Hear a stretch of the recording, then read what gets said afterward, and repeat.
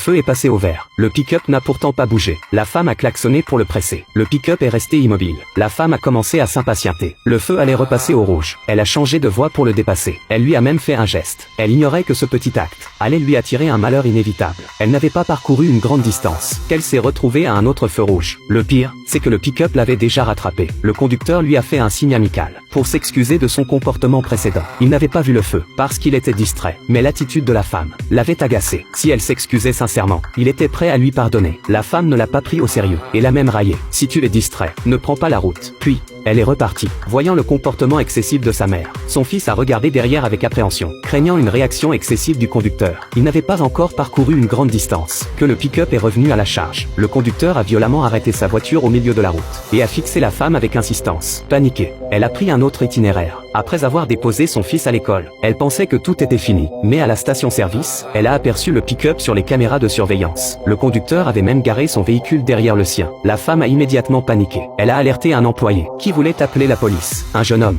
voyant la situation, a proposé de l'accompagner jusqu'à sa voiture. Ils sont sortis ensemble du magasin. Grâce à lui, elle a réussi à repartir. Mais soudain, le pick-up a foncé droit sur le jeune homme. La femme a été totalement terrifiée. Voyant le pick-up derrière elle, elle a voulu appeler la police. Mais son téléphone avait disparu. Elle n'a eu d'autre choix que d'appuyer à fond sur l'accélérateur pour essayer de semer son poursuivant. Mais il l'a vite rattrapé. Pire encore, il tenait son téléphone dans sa main. La femme a paniqué davantage. Heureusement, l'apparition soudaine d'un bus lui a permis d'échapper au pick-up de justesse. Elle croyait être tirée d'affaire.